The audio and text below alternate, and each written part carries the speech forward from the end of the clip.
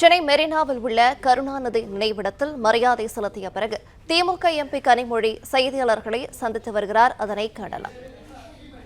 அங்கே இருக்கக்கூடிய இந்தியர்களை பல இடங்களில் சந்திக்கக்கூடிய ஏற்பாடு செய்யப்பட்டிருந்தது. அவர்கள் ஒரு அக்கறையோடு அதே நேரத்திலே ஒரு கவலையோடு இங்கே இருக்கக்கூடிய ஒரு சூழலை பார்த்து கொண்டிருக்கிறார்கள்.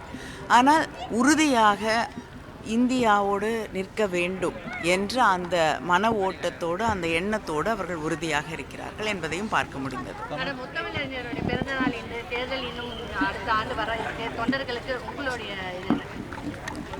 ஏன்னா இளைஞர்கள் இப்போ அதிகமாக வந்துட்டு இருக்காங்க இந்த திமுகவுடைய அந்த இல்லைங்க, நிச்சயமாக வெற்றி திராவிட முன்னேற்ற கழக கூட்டணியின் வெற்றி என்பது உறுதி செய்யப்பட்ட ஒன்று.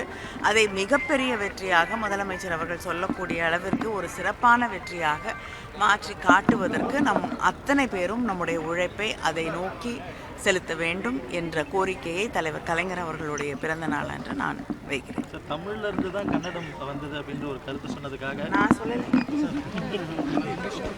பிளே ஸ்டோர் மற்றும் ஆப் ஸ்டோரில் இருந்து பாலிமர் செயலியை QR கோடு மூலம் பதிவிறக்கம் செய்யுங்கள். செய்திகளை உடனுக்குடன் பெறுங்கள்.